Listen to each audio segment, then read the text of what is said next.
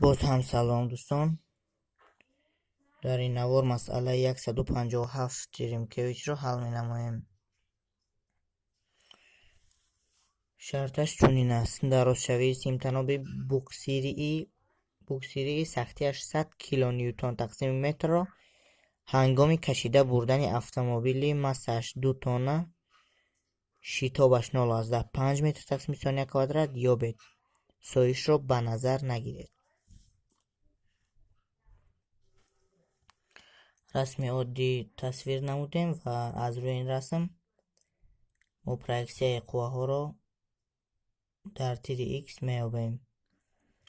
البته تیر X رو ما به سمت شتاب روانه میسازیم و موافق قانون دیوم نیوتن MA برابر می شود به سومه همه قوه ها در تیر X البته. و باز می نویسیم. در اینجا قوه سایش رو تصویر نکردم چون که گفته شده است قوه سایش رو به نظر نگیرید. در شرط مسئله MA برابری به سمت تیر X البته قوه چندری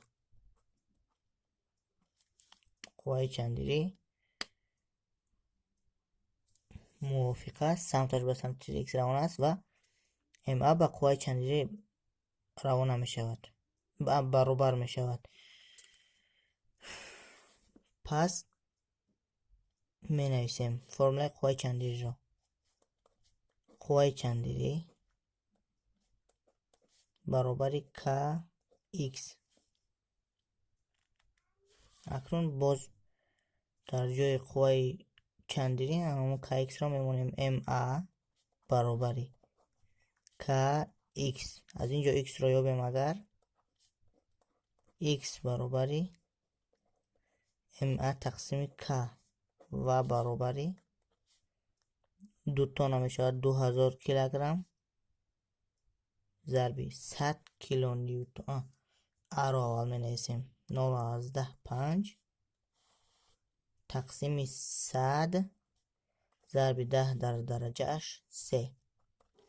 10 در درجه اش 3 با آن این 3 تا صفر اختصار میشوند و 2 ضرب 0.5 میشود 1 تقسیمی در پایان 100 میموند متر و برابری 1 تقسیم 100 متر میشود 1 سانتی متر.